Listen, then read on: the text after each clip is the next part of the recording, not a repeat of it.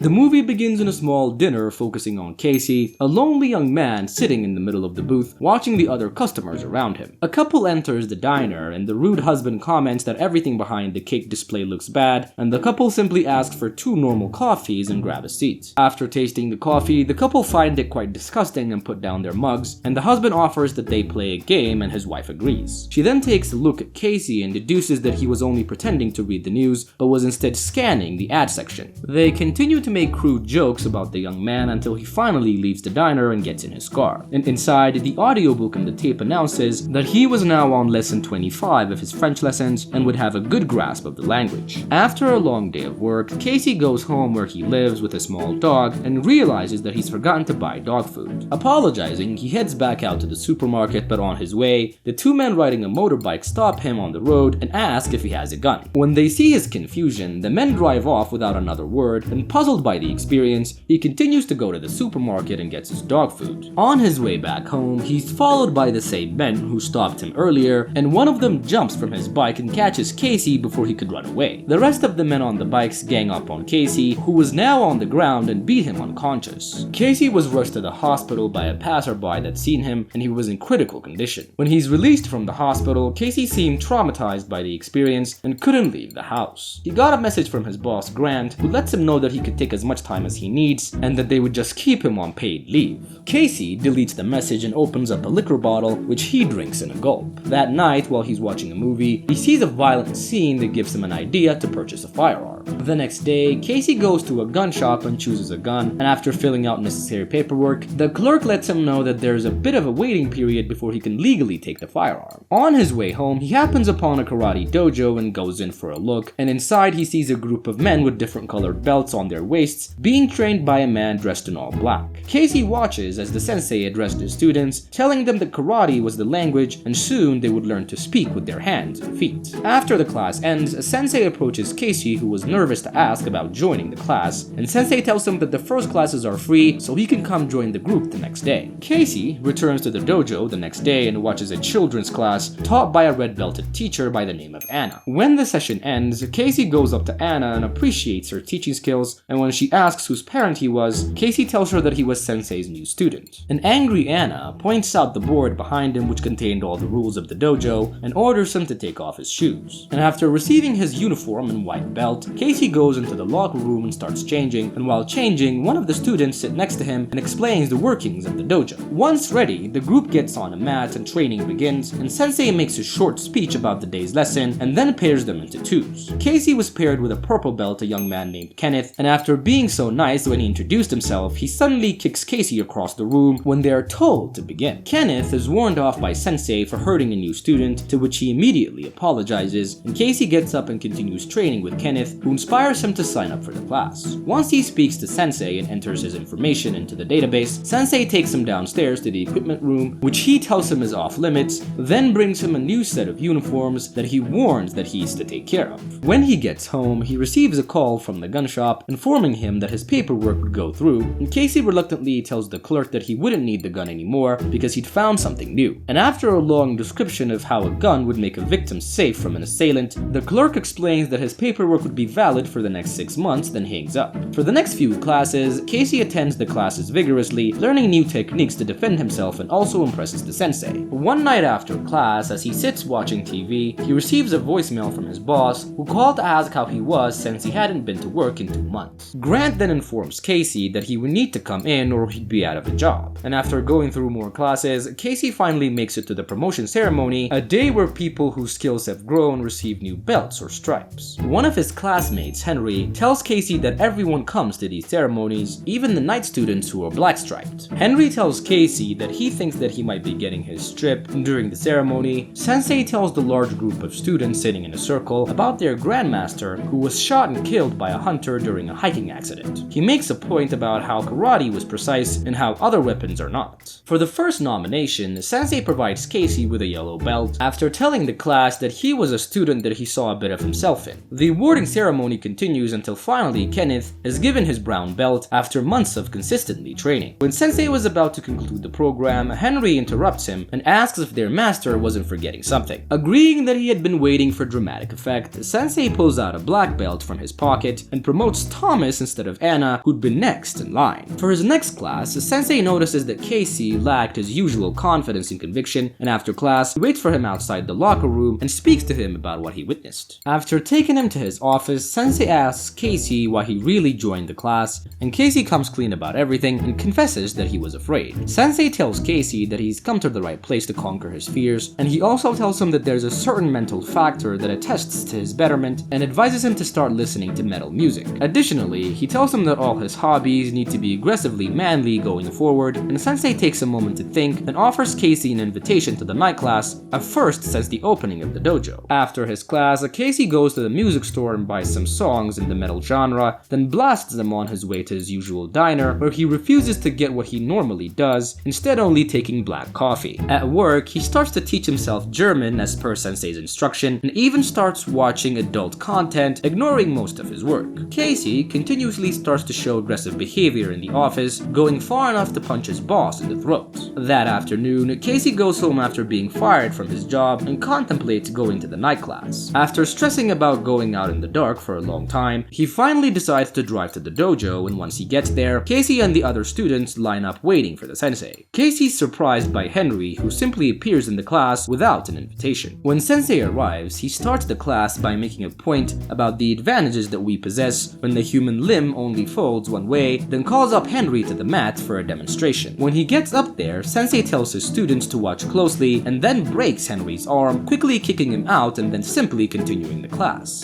During the class, Casey was the best that he's ever been, and even manages to land a hit on Kenneth, making him lose a tooth. Then suddenly, the whole class stops and watches the fascinating fight between the rivals Anna and Thomas. It seemed like they were equally matched, but in the end, Anna wins the fight, making Thomas pass out and continuously punching his face while Sensei watched quietly. Once the class ends, Sensei takes Casey away from the others to cool down, and he takes him to a separate room where Anna was sitting alone and tells him to rest there with her, being condescending to Anna about being a woman. In the small room, Anna tells Casey to take off his jacket and sit in front of her and starts giving him a massage. She tells him that she was one of the dojo's first students and explains that what she did on the mat was proving a point. She warns him to never be weak in any of the classes, and on the day of his next class, Casey approaches Sensei with colored belts and tells him that he had them made because he wanted to wear his yellow belt everywhere. When Sensei finds out that Casey was an accountant, he asks him to work on the academy's books until he lands another job, and Casey agrees. That night, Casey gets a strange call from Sensei telling him that he'd tracked down one of the men that beat him up that night. Sensei then takes him into a bar and points out the man, forcing him to beat him up. But the man accidentally falls and hits his head and dies on the spot. When he turns around, he sees Sensei taping the whole thing and is very confused. Sensei tells him that he was only documenting his growth and leaves, and Casey finds the man's keys next to the fallen body and tries to unlock the bicycle he was originally walking toward and realizes that Sensei had lied to him. When Casey gets home, disturbed by the events of the night, he finds his dog beaten to death, and when he takes it to the vet, the doctor tells him that there was nothing that they could do about it, and the bruises indicate that the dog died from a very powerful kick. Angry about what happened, Casey marches into the dojo and accuses Sensei of killing his dog, but Sensei was adamant about being with him the whole night, and Casey decides to quit the dojo, but Sensei wouldn't let him, reminding him of the footage that he had of the assault. Angry, Casey tries to attack him, but Sensei was too skilled and beats him easily. The next night, Casey gets the surprise of his life when Sensei reveals that he and his crew were the people that assaulted him all those months ago by showing him the motorbikes, and once they ride out, Sensei tells Casey to find them someone that they can induct into their world by beating them up first. While on the mission, Anna gets shot by a police dressed up like a civilian, which really angers Casey and he beats the man to death. Sensei approves of this act and the crew leaves as soon as they hear the sirens on the way. Once they get to the dojo, Sensei appreciates Casey for what he did and promises to give him a red stripe for ending a life. Casey decides that he would take Anna home that night and asks her how she got her red stripe, and resolute about her deed, she tells him that she had killed another student who had tried to rape her. Before she leaves his car, Anna tells him that he should leave the class and that he should never come back. When Casey gets home, he was confused to find a full-grown German Shepherd in his living room and a letter right in front of it. When he read it, he found out that the letter was from Sensei, telling him to control the dog before it kills him. Unable to stay at his house, Casey decides to break into the dojo and go through the supply closet that Sensei had forbidden him from entering. Inside, Casey finds the video of him getting beaten up and finds out that it was Anna that saved him. Angry at what he saw, he breaks the tape in half. The next morning, as Sensei was opening up the dojo, he finds the hanging body of his old student Henry. He seems more annoyed than startled at the sight and simply drags the body into the incinerator at the back of the dojo. He then continues his usual routine of cleaning the place, and while he kneels in front of his former master's picture, Casey approaches him from behind and tells him that he was going to kill him because he knew how Sensei was extorting money from students. Casey then challenges him to an unarmed combat and Sensei accepts, and the two get dressed in their uniforms, but before the battle could start, Casey pulls out a gun and shoots Sensei in the head. Later that night, he informs the night students that he had killed Sensei by punching a hole in his head with his index finger, making him the new Sensei. He then tells the students to put their hands in front of them and takes a look at their arms, and when he gets to Thomas, he finds the bite marks that he was sure were made by his departed dog. And calling on his new trained dog, he orders it to attack Thomas, ripping out his throat.